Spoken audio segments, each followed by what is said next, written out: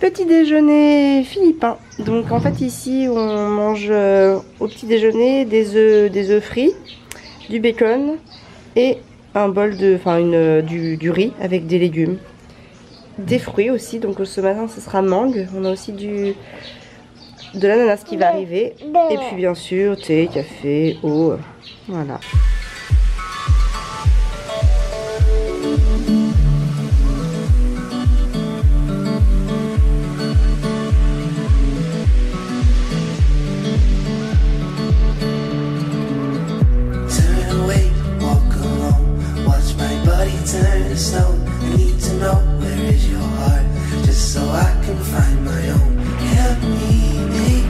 Bonjour, c'est Amélie de la chaîne de parentalité et du blog Famille épanouie. J'espère que tu vas bien et surtout j'espère que la relation avec tes enfants est bonne. Aujourd'hui je vais te parler un petit peu comment on gère le décalage horaire quand on est en vacances, quand on est en voyage comme ça, quand on va loin notamment, quand il y a du décalage horaire tout simplement.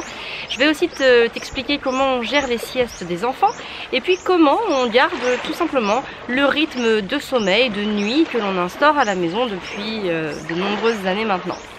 Alors il faut bien savoir que c'est vrai que le décalage horaire d'une manière générale peut être assez compliqué à gérer, notamment pour des jeunes enfants. J'imagine que si tu as déjà voyagé dans un pays où il y avait du décalage horaire, tu en as subi les conséquences et forcément tes enfants ils vont exactement ressentir la même chose que toi, c'est normal.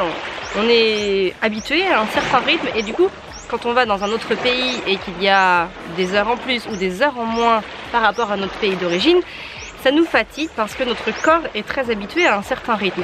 Donc il va falloir se réhabituer à un autre rythme, en tout cas prendre un autre rythme. En tant qu'adulte, voilà, il suffit de prendre un petit peu sur soi, ça peut être assez facile.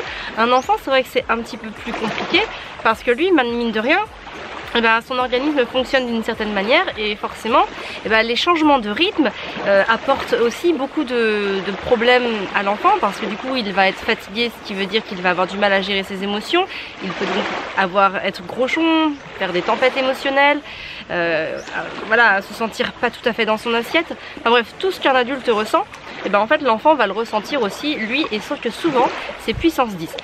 Alors quand on est arrivé, je vais te parler en fait ici nous aux Philippines, on avait 7 heures de décalage horaire. Quand on est arrivé à Manille, on est arrivé, il était 13h, midi à peu près, ouais, midi 13h, quelque chose comme ça. Et au final en France il aurait dû être 18 ou 19h. Donc forcément c'est un petit peu compliqué, maintenant même 19h, ouais plutôt 19h, donc presque l'heure d'aller se coucher on va dire. Sauf que nous on avait encore une demi-journée à faire. Et c'est vrai que ce qu'on a fait avec les enfants, c'est qu'on a essayé de les occuper pour ne pas qu'ils dorment tout de suite, pour ne pas qu'ils fassent une sieste, parce que sinon ça aurait voulu dire que la nuit, ça aurait été très très compliqué. Donc on a été à la piscine, on s'est promené un petit peu, voilà, on a fait des choses. Et puis par contre on s'est couché très tôt, à 18h30, tout le monde dormait, nous aussi y compris, parce que nous aussi nous étions très fatigués. Cette première nuit elle s'est passée, voilà, donc on s'est couché à 18h30 et on est tombé littéralement de fatigue, on s'est endormi en quelques secondes. Par contre à 3h du matin, je crois vers 3h du matin, c'était un petit peu la java dans la chambre parce que voilà, on avait tous assez bien dormi et on est resté 2 heures quasiment tous éveillés.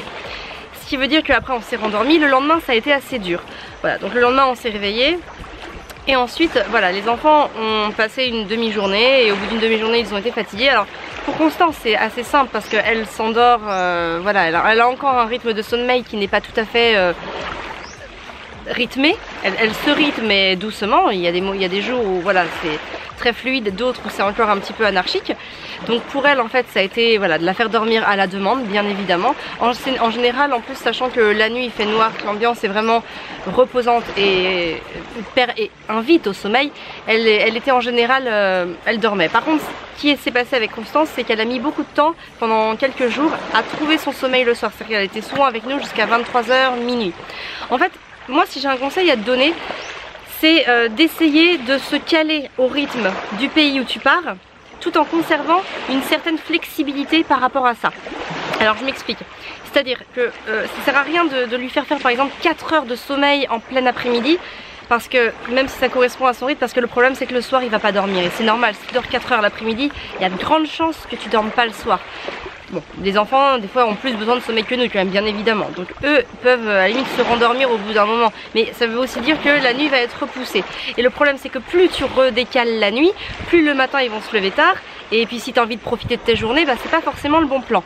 Nous, le but, c'est d'essayer aussi de vivre un maximum en cohérence avec les horaires du soleil, donc se lever pas trop tard et puis se coucher plutôt tôt. Comme ça on profite bien de notre journée, on profite de la fraîcheur du matin et puis la nuit, quand il fait noir en tout cas, on se repose, on dort.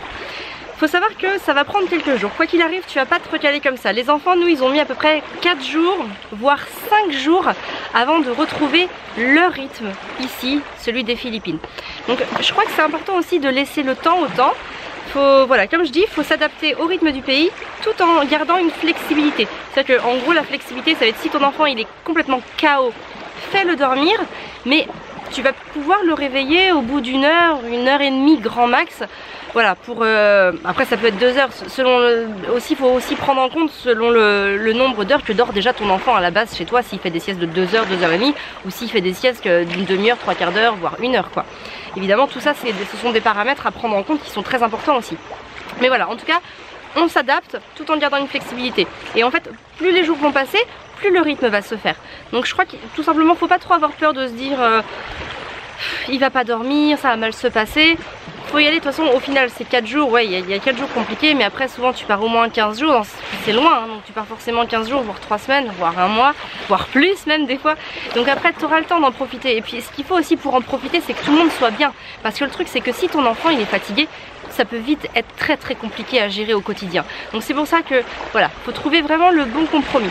Nous c'est quelque chose qu'on gère vraiment sans se prendre trop la tête, j'ai envie de dire. Voilà, ça a mis 4 jours, bon ok ça a mis 4 jours, voire même 5 jours et voilà, on a pris le temps, de faire les choses, on a pris le temps de les laisser s'habituer à ce nouveau rythme et puis en fait tout s'est très bien passé. Alors au niveau des siestes maintenant, les siestes c'est, alors bon Constance, comme je viens de le dire, elle n'est pas tout à fait réglée en termes de sommeil, ce qui fait qu'elle peut faire une sieste le matin, puis une sieste l'après-midi, ça peut aussi se décaler, c'est pas tout à fait exactement précis, elle ne dort pas à horaire fixe. Ça tombe dans des fourchettes d'horaire, mais c'est pas réglé comme une horloge. Bon, après ici pour elle il n'y a aucun souci. Moi elle fait les siestes la plupart du temps dans le Manduka, on se promène, elle s'endort. Voilà, c'est vraiment très facile à gérer. Gaspard lui en ce moment il est dans un entre-deux, enfin depuis quelques mois. Il ne fait plus de sieste dans la grosse partie des cas, dans la grande majeure partie, mais par contre ça peut lui arriver d'avoir vraiment besoin de sommeil et dans ce cas là ce que je fais c'est que je le laisse s'endormir. Alors le but c'est pas qu'il s'endorme à 16 h parce que moi si Gaspard s'endort à 16 h, s'il fait par exemple une sieste de 16 à 17, je sais que le soir ça va être compliqué, il va pas s'endormir à 8 h. Donc j'essaye plutôt dans ce cas là de l'inviter à se reposer en tout début d'après-midi et auquel cas il s'endort aussi dans le béco toddler. Ça c'est quelque chose qui fait régulièrement sur Fabien ou même sur moi c'est déjà arrivé, qui s'endorment directement en fait sur nous et qu'ils dorment comme ça. En fait ils sont habitués, nos enfants de toute façon à vadrouiller, ils sont habitués aussi à suivre notre rythme.